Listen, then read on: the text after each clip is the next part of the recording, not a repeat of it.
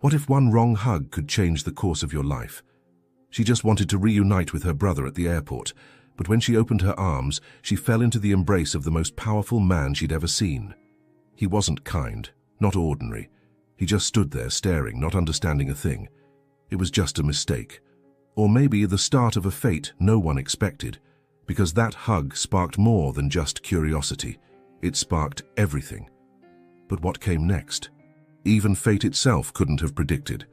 If this story touches your heart, leave a like, subscribe to the channel, and let us know in the comments, where are you listening from? Your support is what keeps these stories alive and reaching you. The arrivals hall at Chicago O'Hare buzzed with its usual symphony of reunions, echoes of laughter, tears of relief, rolling suitcases and coffee cups clinking against plastic chairs. Isabel Moore, standing near gate B12, clutched a wrinkled paper sign that read, Caleb. Her eyes scanned the sea of travelers, anxious and hopeful all at once. Her heart raced. It had been almost a year since she last saw her brother. And today felt like a reset, a beginning. She stepped forward, searching for his familiar frame, when suddenly, through the crowd, she spotted someone wearing the same hoodie Caleb always traveled in. Without hesitation, her feet moved faster than her thoughts. She rushed toward him, eyes brimming with emotion. "Caleb!" she cried out, flinging her arms around the man just as he turned toward her voice. But it wasn't Caleb. The man she embraced was taller, broader, dressed in a tailored charcoal suit. He froze under her touch. His body didn't return the hug. His scent wasn't the faint cinnamon and laundry soap she remembered from her brother. It was something stronger, cedarwood and cold air. Isabel pulled back slowly, dread climbing her spine. Oh my God, I'm so sorry," she stammered, stepping away in horror. Her cheeks flushed instantly, and she covered her mouth with both hands. "I thought you were someone else, my brother. I wasn't looking. The man blinked, seemingly unfazed. His piercing green eyes studied her, not in judgment but in quiet amusement. Then he smiled, not broadly, just the slightest curve of his lips, like he was keeping something to himself. "It's all right," he said, voice deep and calm, almost velvet. "I don't usually get greeted so warmly at airports." Isabel laughed nervously, shaking her head. "I swear I'm not crazy, just excited." He nodded once, still looking at her in that unnerving, unreadable way. No harm done.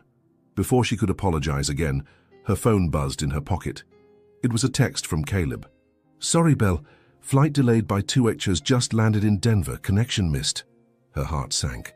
She glanced back up, but the man had already begun walking away, suitcase rolling behind him with quiet authority. Something about him lingered, the way he moved, the way the air seemed to shift as he passed. She didn't even catch his name. "Great," she mumbled to herself, sitting on a nearby bench, heart still pounding from the embarrassment. "Way to make a fool of yourself." She spent the next 2 hours in the airport's corner cafe, where she worked part-time to make ends meet. It wasn't glamorous, but it paid enough to keep the lights on and her brother in community college. She tied her apron over her jeans and ponytail and went back to serving coffee and pretzels to rushing travelers. She didn't expect to see him again. But just before her shift ended, he walked in. Same tailored suit, same quiet presence, same piercing eyes. He stepped up to the counter, not looking at the menu. His gaze landed directly on her. "Coffee," he said. "Black, and only if you make it." Isabel blinked. "You followed me?" He raised an eyebrow, lips twitching again. "No, just felt like I should thank my mystery hugger properly." She poured the coffee, trying to act casual, but her hands trembled slightly. She slid the cup across the counter. "So, you're not lost or anything?" He chuckled. "I never get lost." "And your name?" "Logan," he said simply, holding out his hand. "Logan Bennett." The name landed like a soft thud in her chest. She knew that name. Everybody did. Tech mogul, media-shy billionaire. The kind of man whose face was rarely in the tabloids, but whose name was whispered in power rooms and business columns. Isabel swallowed hard, trying not to show it. "Isabel, but everyone calls me Belle." "Fitting," he murmured, taking a sip of his coffee. "This is good. Strong." She smiled despite herself. "Most people say that and dump 3 sugars in it." He stayed longer than she expected. They chatted, mostly small talk, but there were moments, subtle and brief, where the air between them changed. He asked about her favorite books. She asked what he hated most about airports. Their words danced, careful but curious, like strangers realizing they weren't total opposites after all. And then he left, just like that. No promises, no pretenses. But the next day he came back. Same time, same seat, same request. Only if you make it. And the day after that. And the one after that. A routine formed, one that neither of them acknowledged out loud, but both began to rely on. There was something grounding about those moments. Isabel, the girl who counted pennies before paying rent, and Logan, the man who could buy the whole airport if he wanted. They somehow met in the middle over coffee cups and stolen glances. But deep down, Isabel couldn't help wondering, what did a man like him want with a girl like her? It started with a hug, then it became coffee. And now, Isabel found herself looking at the door every morning, pretending not to hope, pretending not to wait. The airport cafe had never meant anything to her before. It was just survival, routine, paycheck. But ever since he started coming in, everything felt slightly off-axis, sharper, quieter, as if the air itself held its breath when he walked in. On the third day, Logan arrived wearing a dark navy coat, his steps unhurried, like he was immune to the world's pace. His presence cut through the noise around him. He didn't have to speak. People simply moved aside. And yet every time he entered the cafe, his eyes went straight to her. "Black coffee," he said, sliding into the seat at the far end of the counter. "Only if Belle makes it." She rolled her eyes, fighting a smile. "You do realize I'm not the only one who knows how to pour hot water over ground beans, right? But you're the only one who remembers I don't take sugar," he replied, removing his gloves one finger at a time. "Or that I like it extra hot, or that I hate foam." Her cheeks flushed. "So you're keeping a list now? Let's call it paying attention." She turned away, pretending to busy herself with the espresso machine. But her hands had started shaking again, that familiar buzz of nerves that only he seemed to awaken. Not because he was famous, not because he was rich, but because he saw her in a way no one had before, like she was interesting, like she mattered. Their conversations were always brief, always wrapped in a kind of unspoken curiosity. He never flirted, never crossed a line, but every word between them hummed with possibility. That day he stayed longer. She watched from behind the counter as he pulled out a worn paperback from his coat pocket, Of Mice and Men. The edges were frayed. It didn't match the billionaire image she'd imagined. He sipped his coffee slowly, eyes scanning the pages like the world had disappeared. Finally, she couldn't help herself. "You read Steinbeck?" He looked up, surprised. "You know Steinbeck?" She raised an eyebrow. "I didn't grow up under a rock." He smiled, that rare, quiet smile she was beginning to recognize as real. "This one was my father's. He used to read it out loud when I couldn't sleep." There was a pause, not awkward, just honest, vulnerable. She nodded. "My mom used to read Little Women, but only the first half. She couldn't handle Beth's death." "That's fair," he said softly. Something shifted between them. For the first time, they weren't just a waitress and a customer. They were two people sitting on opposite sides of life, but suddenly sharing the same chapter. The next morning he didn't show up. Isabel tried not to notice. She focused on the line of customers, the coffee orders, the napkins that needed refolding. But every few seconds her eyes darted to the door. Nothing. The same thing happened the day after, and the day after that. By the fourth morning, she told herself she was fine. People like Logan Bennett didn't stick around. Maybe he was traveling. Maybe the magic had just been a moment, nothing more. But a strange emptiness settled inside her, the kind that sneaks up when you're not ready. She tried to shake it off, but it lingered like a song stuck in the back of her mind. She was wiping down the espresso machine near closing when a voice startled her. "I missed your coffee." Her heart jolted. He stood there, slightly out of breath, hair damp from the cold outside. He looked different, less polished, more human. "Where have you been?" she asked, trying not to sound too eager. "Business in Toronto, last minute. I flew out the morning after we spoke." "Oh," she said, pretending it didn't matter. "Well, welcome back." He smiled, a tired, sincere smile. "I brought something." He pulled out a small paper bag and placed it gently on the counter. Inside was a slice of lemon pie. Isabel blinked. "How did you know lemon's my favorite?" He tilted his head. "Because 3 days ago, when someone ordered lemon pie, you looked at it like you were going to cry. And then you didn't take a bite.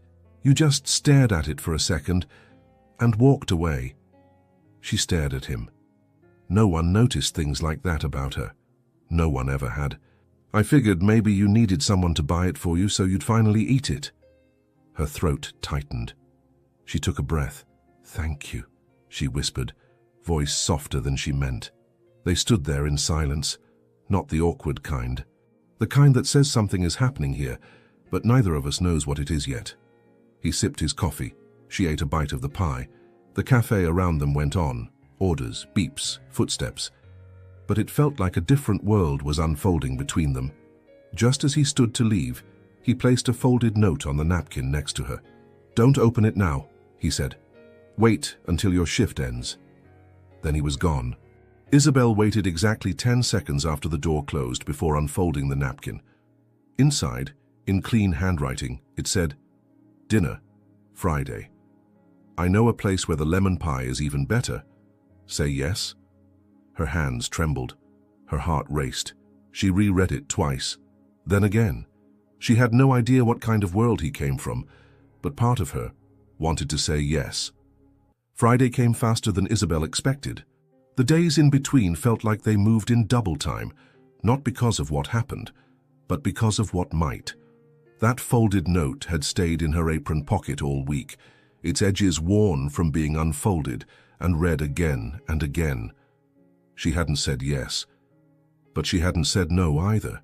By Friday morning, she still didn't know what she'd wear, or what she'd say, or why she felt this mix of dread and wonder dancing under her skin.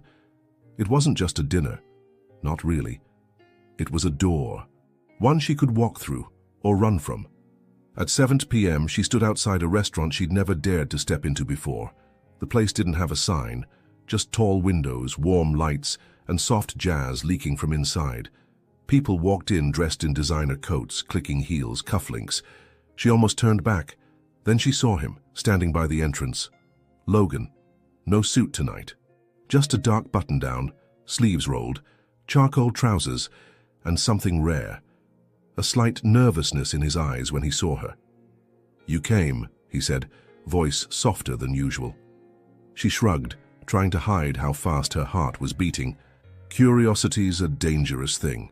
He held the door for her, and the warmth of the place wrapped around her instantly. It smelled like lemon butter and rosemary, with hints of something richer. Wine, perhaps. The lighting was soft, golden.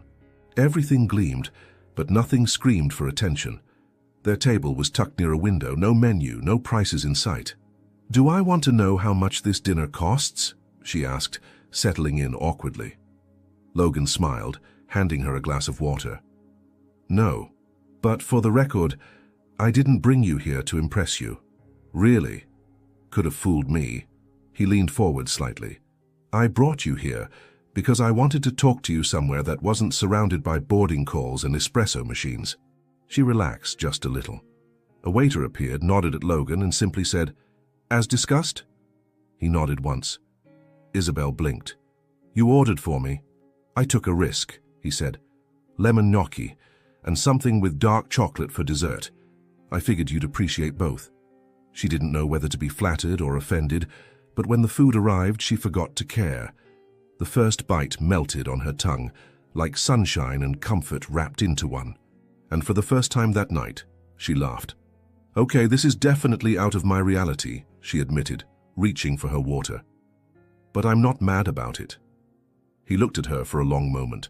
"Tell me something about you. Something no one else knows." She hesitated. "That's a bold request." "Consider it fair exchange." She looked out the window, the lights of the city blurring in the distance. "When I was 12, I used to pretend the cracks in our kitchen ceiling were constellations. I'd name them, talk to them. Some nights I'd cry under them like they were listening. Logan didn't speak for a moment. Then he said, "That's not sad. That's poetic. What about you?" she asked, curious now. "Your turn." He sat back, gaze distant. "I used to sneak out of my boarding school at night. Not to party, just to sit by the lake. There was this tree I'd climb, and I'd sit up there for hours, just watching the water. It was the only place where no one expected me to be anything. Not the billionaire heir, not the perfect son." Exactly. She studied him, seeing past the clothes, past the money. Beneath it all was a boy who just wanted to feel quiet. She knew that feeling too well. "Logan," she said slowly. "Why me?" His eyes flicked to hers. "You could have anyone. Models, actresses, women who fit your world. Why keep coming back to my cafe?" He didn't answer right away. "Because," he said finally, "you're the first person in a long time who looked at me like I wasn't a headline, who didn't know my net worth before knowing my name, because you hugged me by mistake, and somehow that felt more real than anything else has in years." Her breath caught. "I'm not good at this," he added, "but I know what I feel, and when I'm near you, I feel human again." She blinked rapidly, forcing a laugh to keep the moment from crashing into her. "That's a lot to put on someone who spills coffee for a living." "Maybe," he said gently, "but you do it beautifully." Dinner faded into dessert, and dessert faded into lingering silence. When the waiter brought the check, Logan didn't even look at it. He simply slid his card, eyes never leaving hers. Outside, the air was cold. Street lights painted gold stripes across the pavement. Isabel hugged her coat tighter. He walked her to her car, a beat-up Toyota she prayed would start. She turned the key. It coughed, then rumbled to life. "I had a nice time," she said, gripping the steering wheel. "So did I." She hesitated. "This isn't a fairy tale, you know. I'm not Cinderella. I'm not looking for a fairy tale," he replied. "Just maybe a second dinner." She smiled, eyes shining in the dark. "We'll see." He stepped back as she drove off, hands in his pockets, watching until her car disappeared down the street. She didn't know what would happen next, but for the first time in years, she wanted to find out. It wasn't the dress or the heels, or the way the driver opened the car door like she was royalty. What made Isabel feel out of place that night wasn't the luxury. It was the eyes, the stares. Whispers laced with amusement and judgment trailed behind her as she stepped into the rooftop lounge with Logan. It was the kind of place that glowed from the inside out.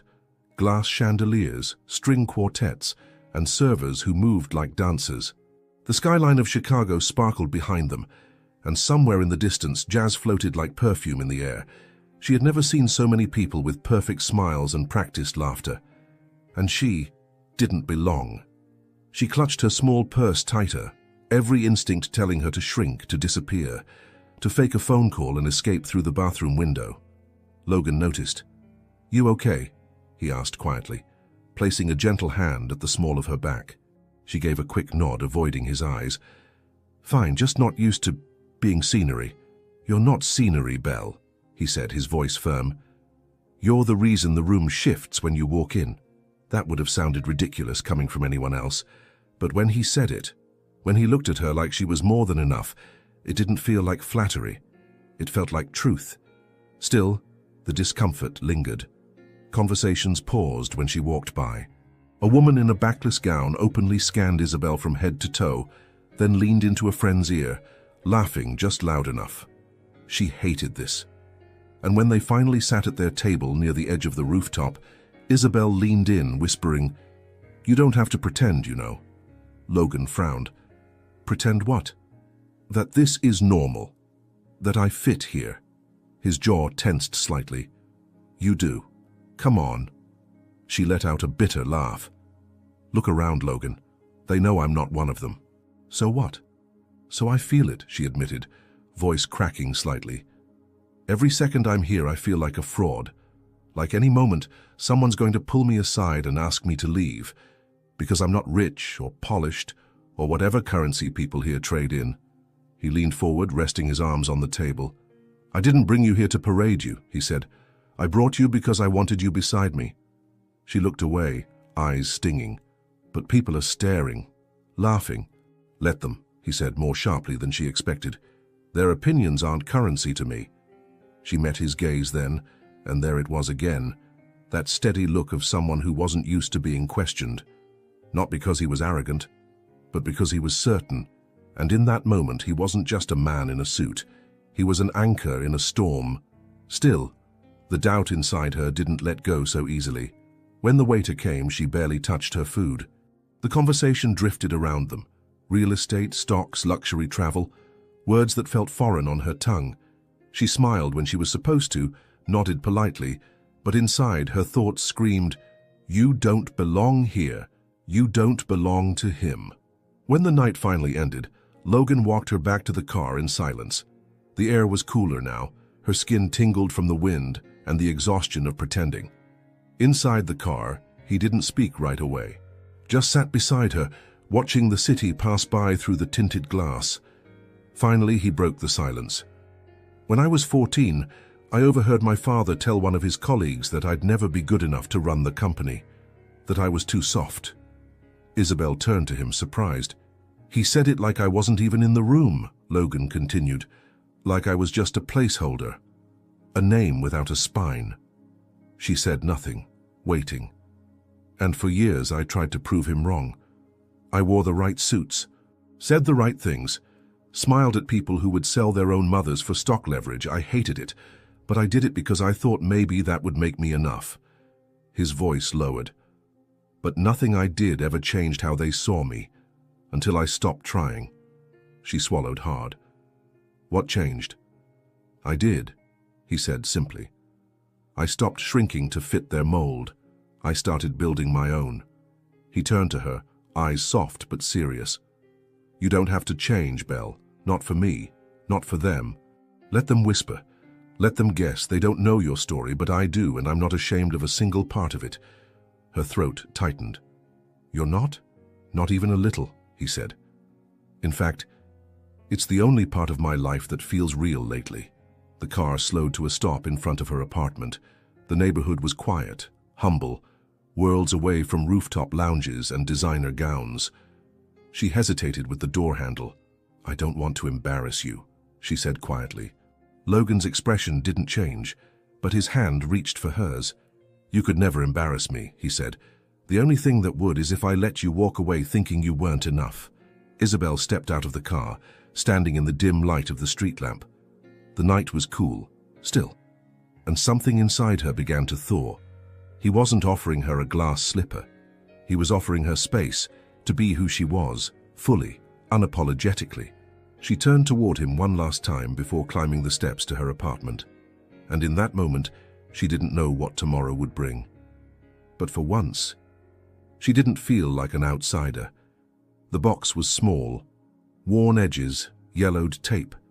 Isabel had almost thrown it away without noticing, but tucked beneath an old table in her mother's closet, it caught her eye, mostly because it had her father's handwriting on the label, "Invoices, Moore's Diner, Final Year."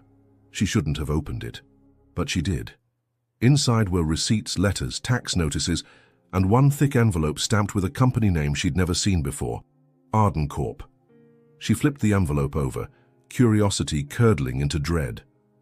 As she unfolded the papers, a date jumped out at her, 2 months before the diner had closed. There, in black ink, was the name of the acquiring company, the one that had bought the building out from under them, raised the rent, and refused to renegotiate. It had been the death sentence of her family's only source of income.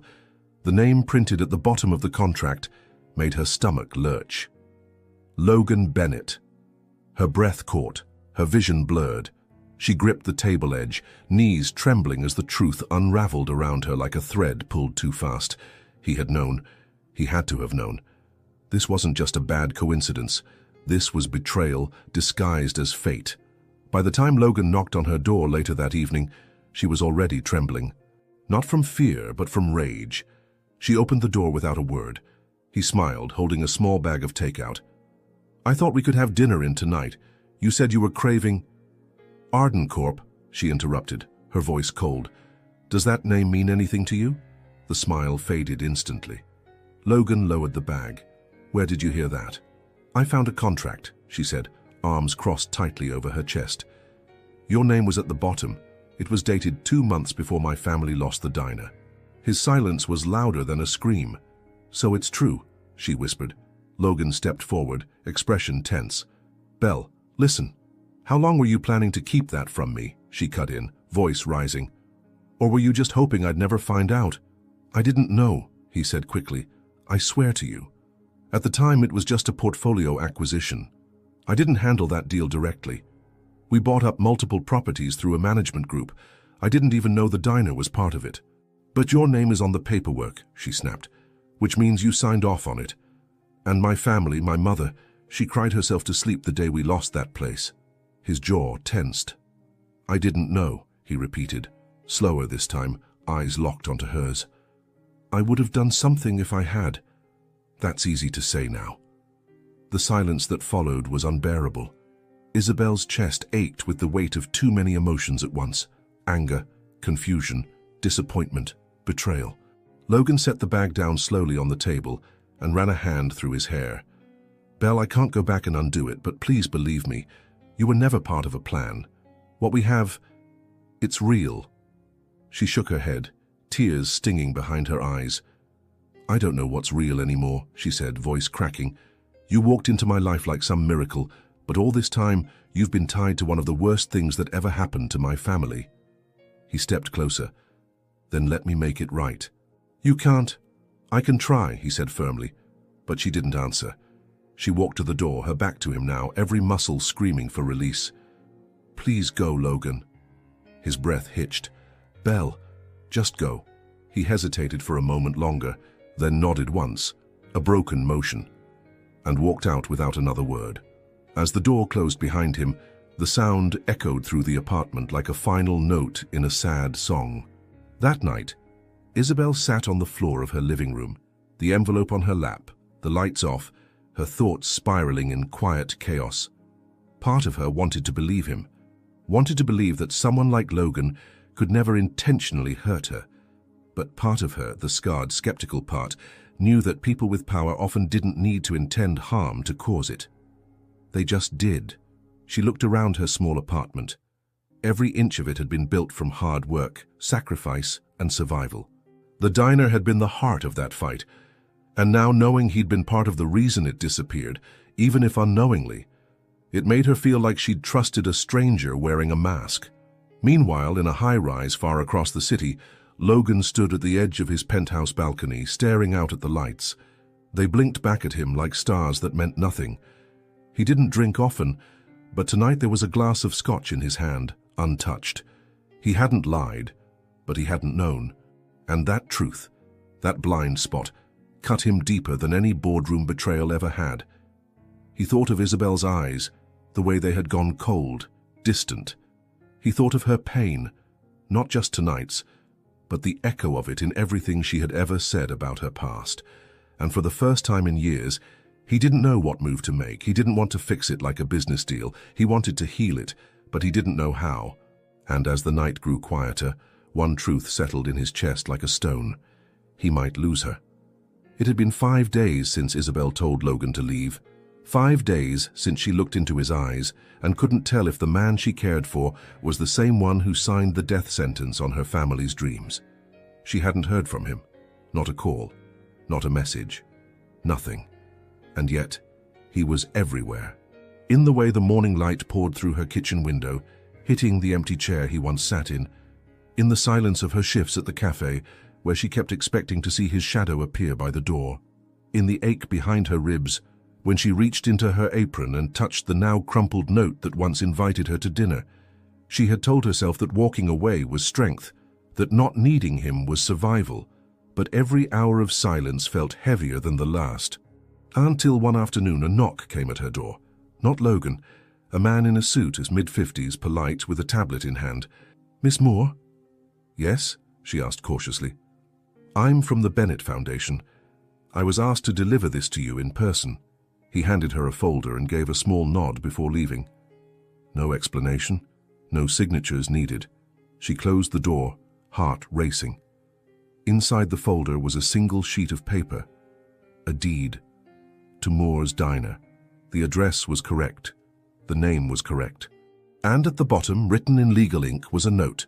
Transferred in full ownership to Isabel Moore. No conditions, no repayment, no publicity. There was no signature, just the embossed seal of the Bennett Group. Her knees buckled.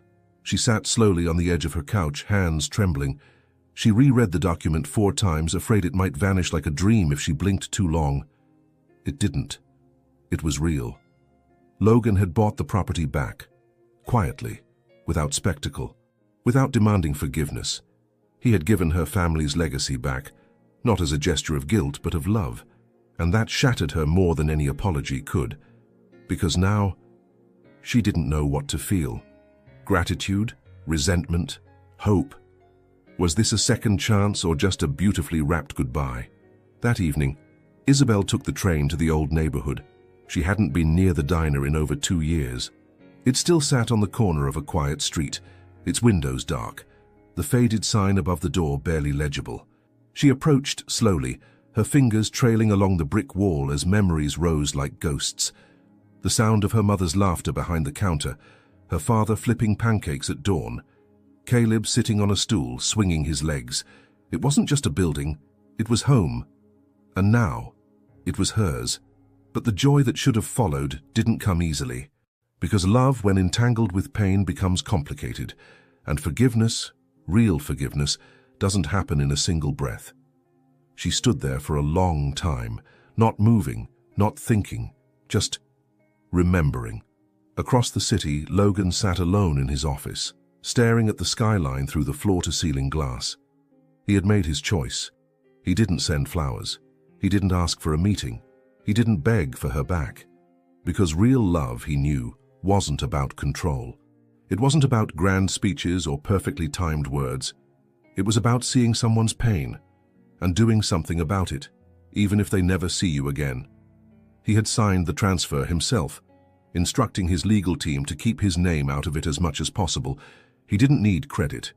He just needed her to heal, even if it meant losing her forever. He closed the file on his desk and leaned back, eyes closed, replaying her voice in his head. I don't know what's real anymore. And that was the wound that stayed, because everything he had shown her was real. She just hadn't believed it yet. The next morning, Isabel returned to the cafe. Her co-workers buzzed about a new tipper who'd dropped $500 in cash for a $6 coffee. She didn't ask who. She already knew. At her break, she stepped outside, breathing in the cold, crisp air. A bird landed on the bench nearby. She smiled faintly. Some part of her, the part that hadn't quite healed, wanted to run to him, to wrap her arms around his neck and say thank you, and I'm sorry, and I didn't mean it, all at once. But another part was still afraid.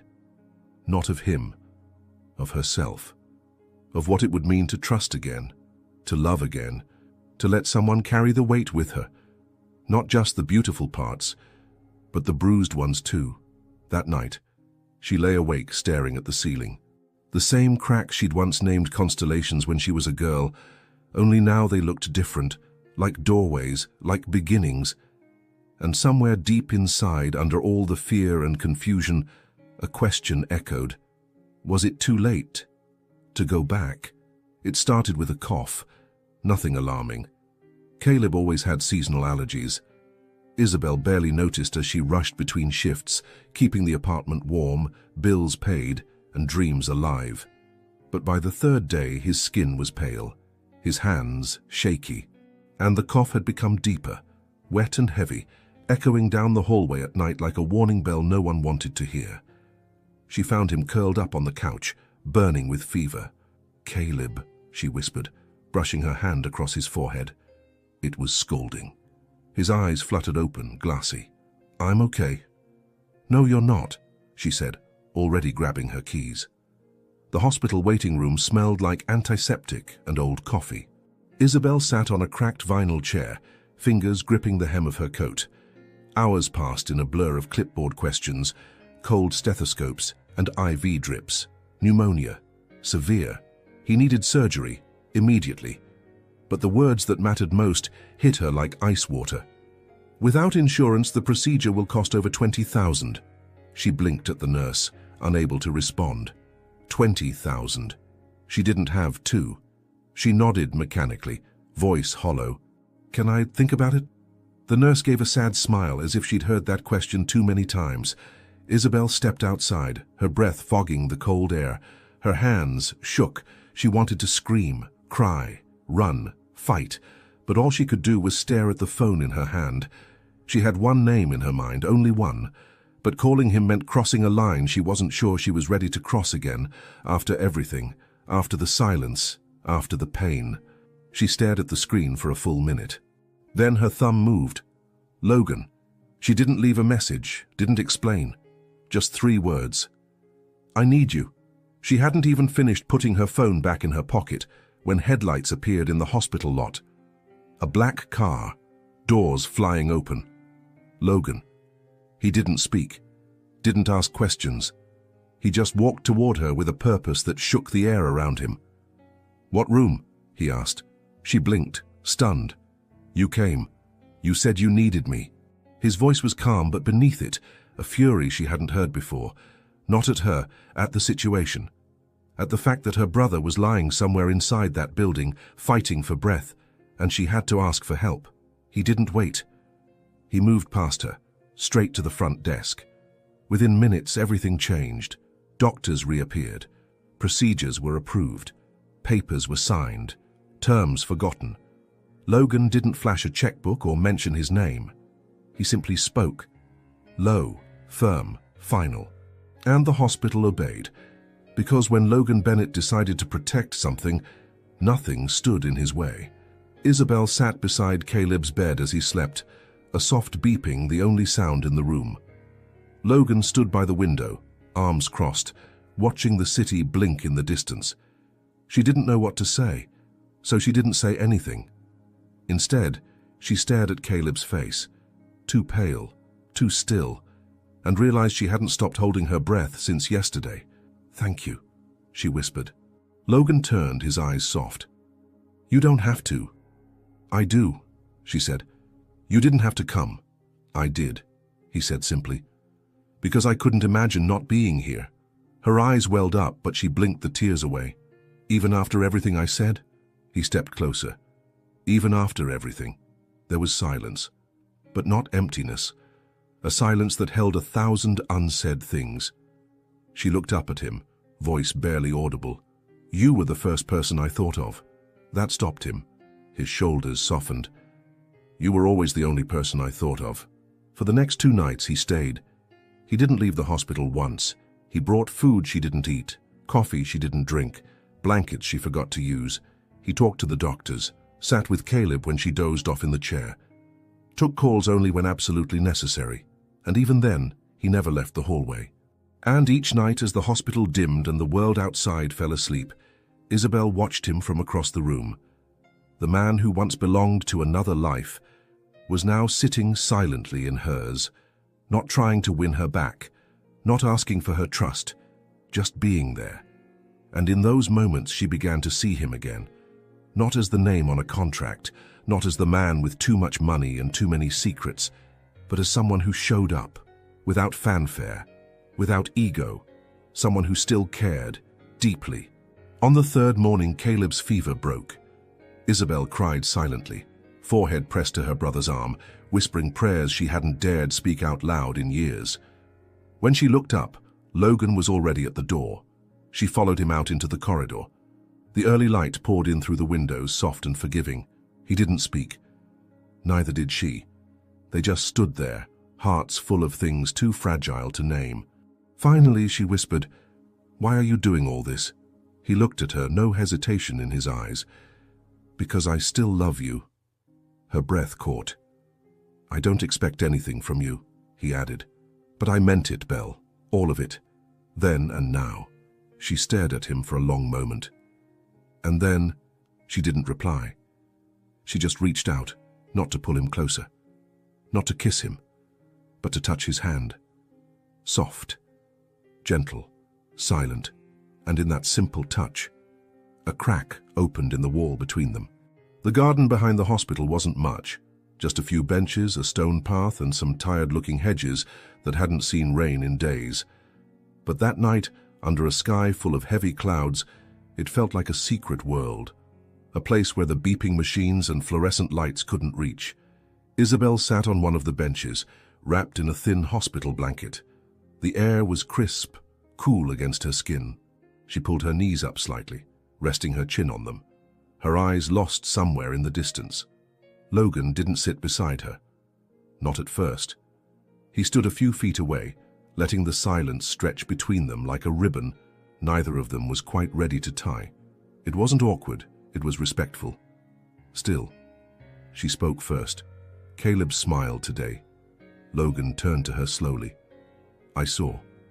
He hasn't smiled in weeks. Not since school started piling on. He acts so tough, but he's still just a kid.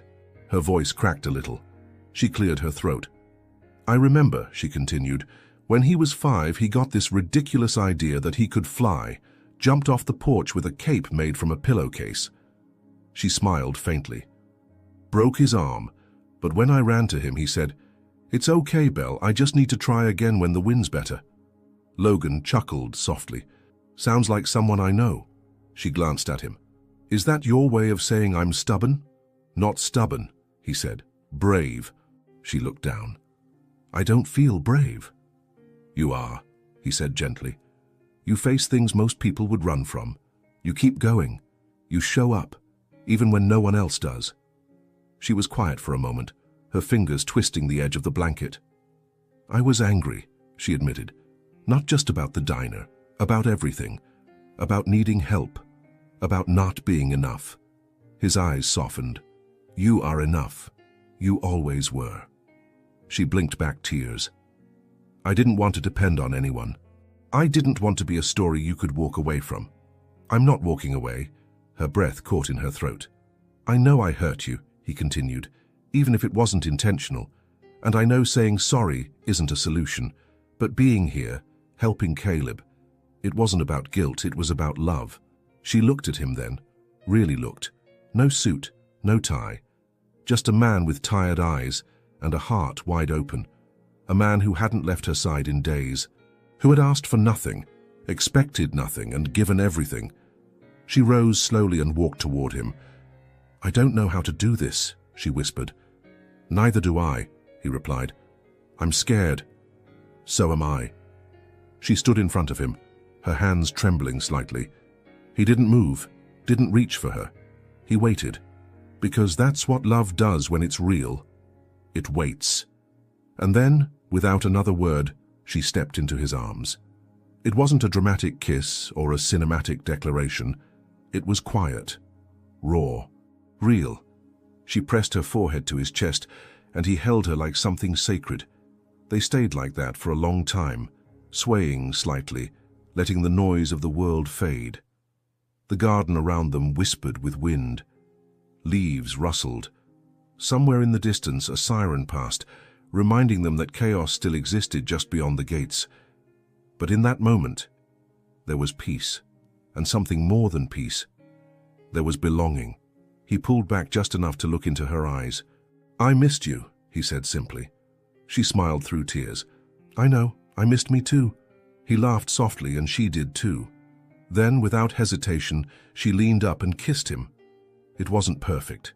It wasn't practiced, but it was real, and for the first time in a long time, Isabel felt the weight in her chest begin to lift, not because everything was fixed, but because she didn't have to carry it alone anymore.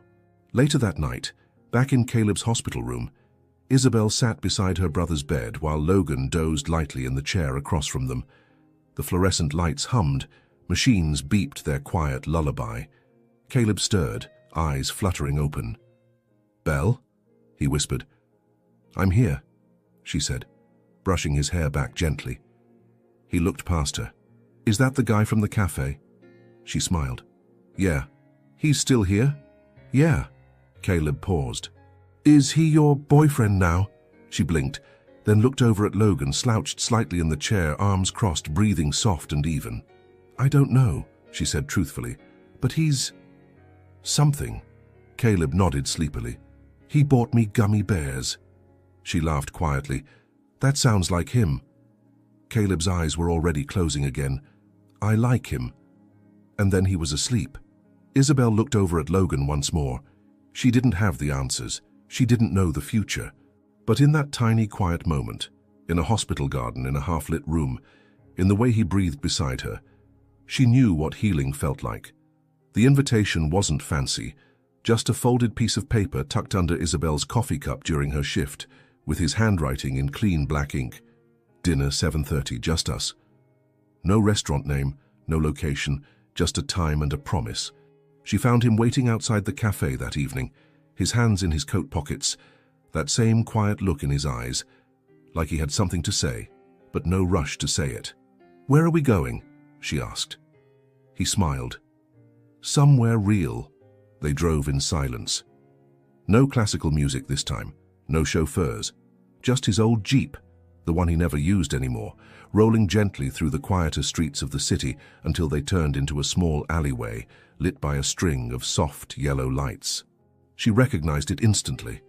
The old bistro, not glamorous, not trendy, but warm, familiar, with mismatched chairs and tables too close together, and an owner who greeted them like family. "You brought me here," she whispered, surprised. Logan shrugged. "Thought it might feel like the kind of world that belongs to both of us." She smiled.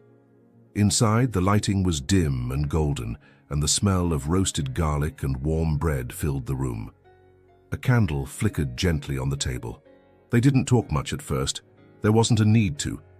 Everything between them had already begun to settle, like dust after a storm. After the meal, the owner himself brought dessert, lemon pie, 2 forks, no questions.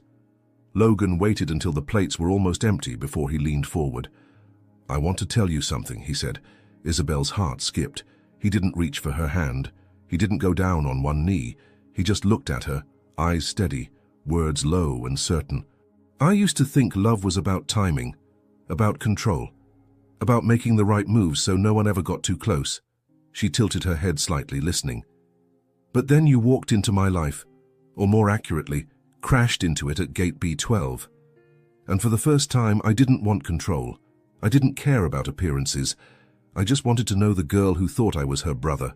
She laughed softly, heart tightening. "And the more I knew you," he continued, "the more I realized that love doesn't need a strategy. It just needs truth and courage." A beat passed. Then he reached into his coat pocket and pulled out a small velvet box. Isabel's breath hitched. He didn't open it right away.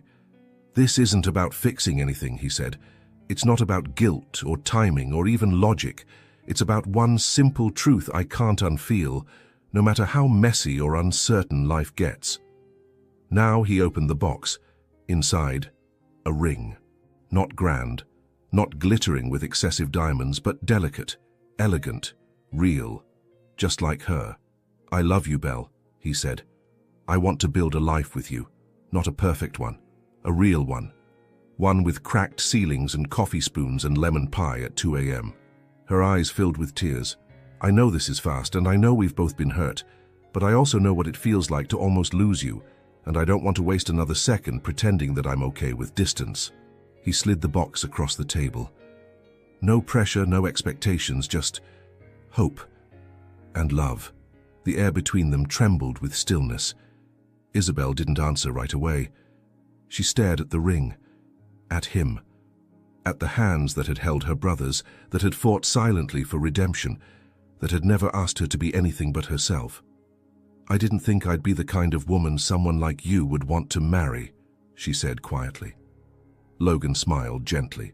"Then I guess we're both surprising ourselves." She took a deep breath and nodded. Not a loud yes, not a fairy tale cry of joy, just a simple tear-filled nod that said, "I believe you. I choose this. I choose us." He let out a breath he hadn't realized he was holding, eyes glistening. When he slipped the ring onto her finger, her hand was still trembling. They didn't kiss. Not yet. They just leaned into each other, heads touching, foreheads pressed together. And for the first time, the world outside completely disappeared. Later, they stepped back into the cool night air. The city was quieter now, softer. Logan walked her to the passenger side, then paused. "Still think you don't belong in my world?" he asked gently. She looked down at the ring. "No," she whispered. "I think we've created our own." He reached for her hand. Exactly. And as they drove off under the canopy of streetlights, Isabel rested her head against the window, heart full. Not of certainty, but of something far more beautiful. Peace. The news broke before Isabel could tell anyone herself.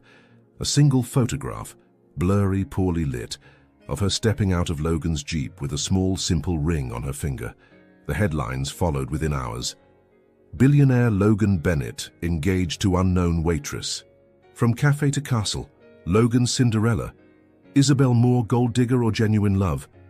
She sat on the floor of her apartment, the television muted, the headlines scrolling across the bottom of the screen like static she couldn't escape. Her phone buzzed non-stop. Unknown numbers, blocked calls, news outlets, talk shows. They all wanted the same thing. A spectacle. And she felt like a deer caught in stadium lights. "I didn't think it would get this bad," Isabel said quietly, eyes fixed on the untouched coffee in front of her. She and Logan sat at the back of the now-closed cafe, the chairs already stacked for the night. "I knew it would," Logan admitted. "But I didn't think it would get to you this fast." She looked up at him, eyes tired. "They're calling me a fraud, a leech, a distraction. You're none of those things." "But they don't know me, Logan. They see a ring and a man with too much money, and suddenly I'm the villain in their fairy tale." His jaw tensed. "They don't get to write our story." She stood abruptly, pacing. "I knew your world would be loud, but I didn't know it would be so cruel." Logan rose slowly, crossing the space between them. "We can shut it out." "For how long?" she asked, voice rising. "Until someone digs up the diner story again? Until someone decides I'm not pretty enough or educated enough or whatever enough for you? I don't care what they think." "But I do," she whispered, "because right now they're not just questioning me, they're questioning us." The next morning, a new headline hit harder than the rest. "Logan's ex breaks her silence. He'll get bored. He always does." It came with a photo. Blonde. Perfect. Posing on a beach in Monaco, sunglasses and poison in her smile. Isabel didn't cry, she didn't scream, she just closed the article, turned off her phone, and sat in silence. But inside, something cracked. Not because she believed the ex, but because part of her still believed she wasn't enough to compete with that kind of past. Logan found her at the diner that afternoon, sitting in the back booth alone. "Belle," he said gently. She didn't look up. "Let's cancel the wedding," she said quietly. The words hit him like ice. His breath caught. "Is that what you want?" She shook her head slowly.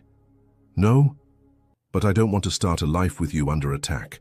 I don't want our love to be something people point at like a joke." He knelt beside her booth, gently taking her hand. "Then let me fix it," he said. The press conference was his idea, not to make a show, but to put an end to one. He stood behind a simple podium, in a room filled with microphones and reporters hungry for scandal. Cameras flashed. Questions flew before he even spoke. But when he did, the room fell still. "I'm not here to explain my choices," Logan began. "I'm here to tell the truth." He paused. Let the words settle. "Yes, I'm engaged. To someone who has never asked me for $1. To someone who loved me before she knew my last name. To someone who makes my life real in a world that often feels anything but." He looked straight into the sea of lenses and eyes. "Her name is Isabel Moore. And if you're looking for a story, here it is. She's not a gold digger. She's not a charity case. She's the strongest, kindest, most grounded person I've ever met. And if anyone in this room can say they've loved as purely as she does, you can cast the first stone." Silence. "And if you can't, then maybe stop throwing stones altogether." He stepped back, no follow-up, no questions taken, just truth laid bare. That night, Isabel watched the recording alone. Her hands shook. Her heart swelled. Not because he defended her, but because he saw her, fully, publicly, proudly. When he returned to the apartment, she met him at the door. "You didn't have to do that," she whispered. He cupped her face in his hands. "I did," he said, "because loving you isn't something I'm hiding from anymore." She leaned into his touch, and for the first time in days, the noise faded. The world paused, and only they remained. It wasn't a ballroom. There were no chandeliers, No red carpet, no celebrity guest list.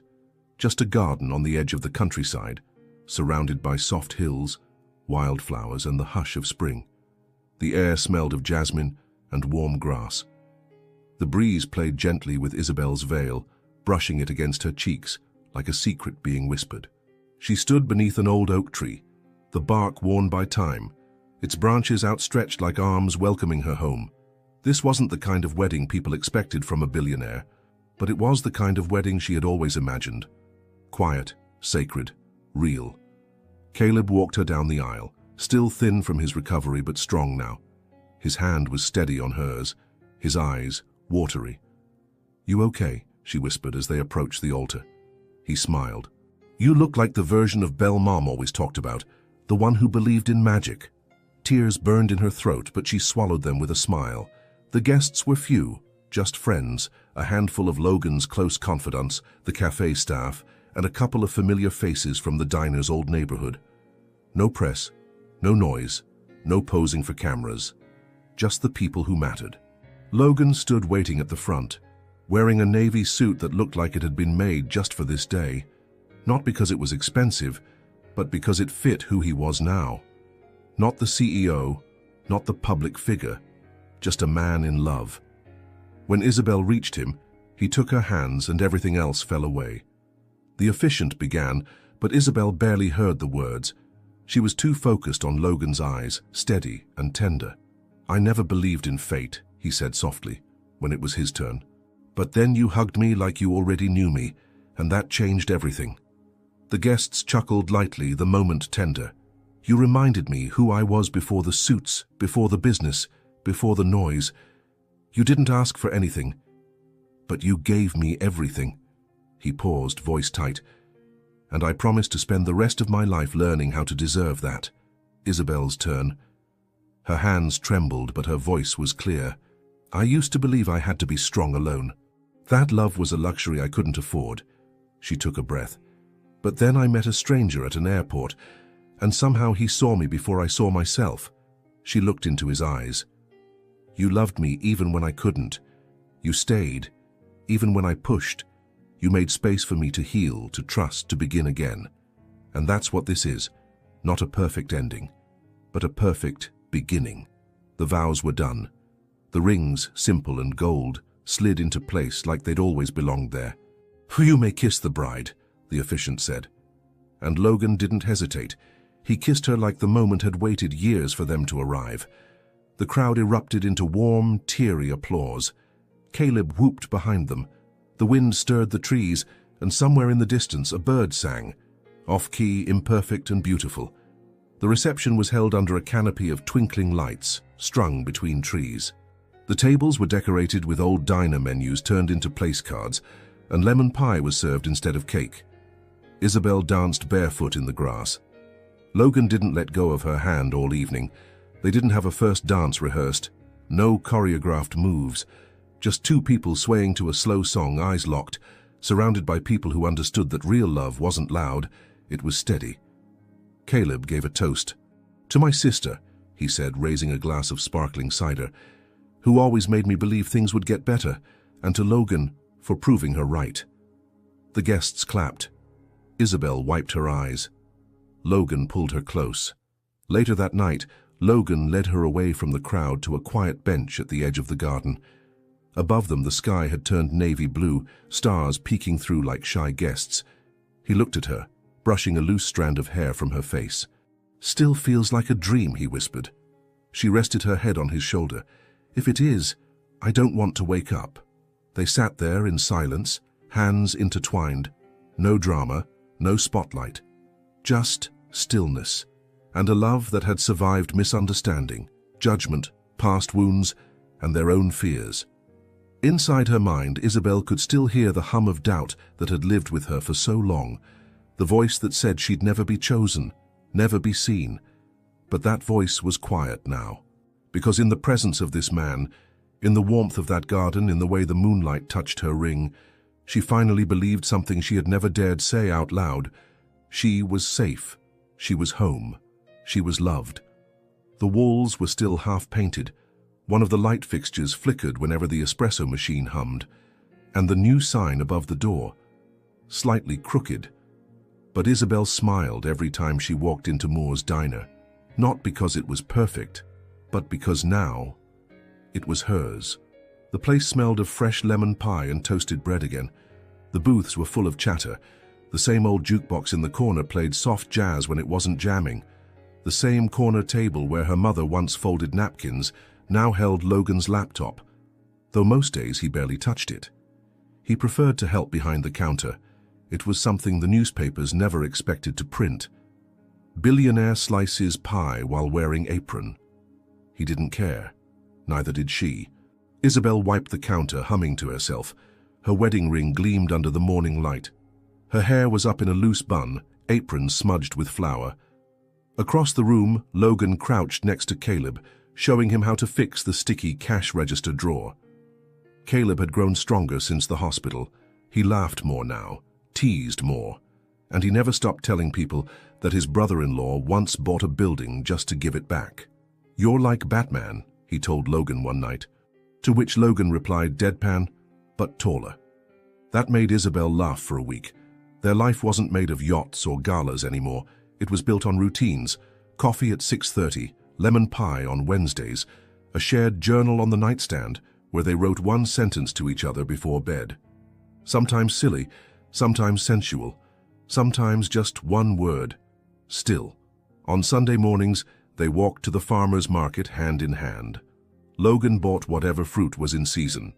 Isabel always picked the smallest imperfect apples, because they try the hardest. He'd smile every time, because she saw beauty in what others overlooked, and in doing so, she taught him to see it too. One rainy afternoon, as thunder rolled softly in the distance, Logan sat at the back booth watching Isabel take an order from an elderly couple. She laughed at something the woman said, her hand brushing her hair behind her ear, the way she always did when she was being shy but kind. He couldn't stop looking at her, not because she was beautiful, though she was, but because she had taken all the cracked pieces of his life and made something warm from them. Not a palace, not a performance, a home. When she finally came over to refill his coffee, she caught him staring. "What?" she asked, eyebrow raised. He shrugged, lips curled slightly. "Just wondering how I got this lucky." She rolled her eyes. "You bribed me with pie. Don't forget it." He chuckled. "Best deal I've ever made." Caleb eventually started his own little project in the back room, building a small community library where people could borrow or donate books freely. He named it the Shelf of Second Chances. And Isabel, when she saw it, cried, because that's what they had all found somehow. Not a fairy tale, but a second chance. To live, to love, to breathe without fear. One evening after the diner had closed and the last chair was flipped onto the table, Logan and Isabel danced on the checkerboard floor. No music, no audience, just the humming of the refrigerator and the sound of their quiet laughter. "I never thought peace would look like this," he murmured into her hair. She smiled against his chest. "Me neither." They swayed in silence, her head resting where his heartbeat lived. "I used to think love had to be loud to be real," she whispered. "And now?" he asked. "Now I know," she said softly, "that real love speaks in quiet moments and never needs to be explained." Outside, the night stretched endlessly, dark but not lonely. The neon open sign was off. The city slept. The world for once wasn't asking anything of them. And as Logan locked the front door, Isabel leaned against the glass, her fingers tracing the outline of her reflection. A woman she now recognized. A woman she loved being. He turned to her, keys in hand. "Ready to go?" She nodded. "Always." And they walked into the night. No spotlight, no storm. Just a man and a woman who had once collided by mistake and had found in each other everything they never dared believe was real. She didn't gain a castle. She gained something bigger, a home built on routine, silence, forgiveness, and love that doesn't need to be proved. Because true happily ever afters don't come with applause. They come with the smell of coffee, footsteps that return, hands that hold, even when everything feels like it's falling apart. She wasn't saved. She was seen, chosen. And finally, she got to choose too. Because sometimes The greatest miracle is someone staying. Staying for real, and maybe deep down, this story speaks of us too. If this story touched your heart, leave a like, subscribe to the channel, and tell us in the comments, where are you listening to this message from? Your support is what keeps these stories alive and reaching more hearts like yours. Thank you for being here.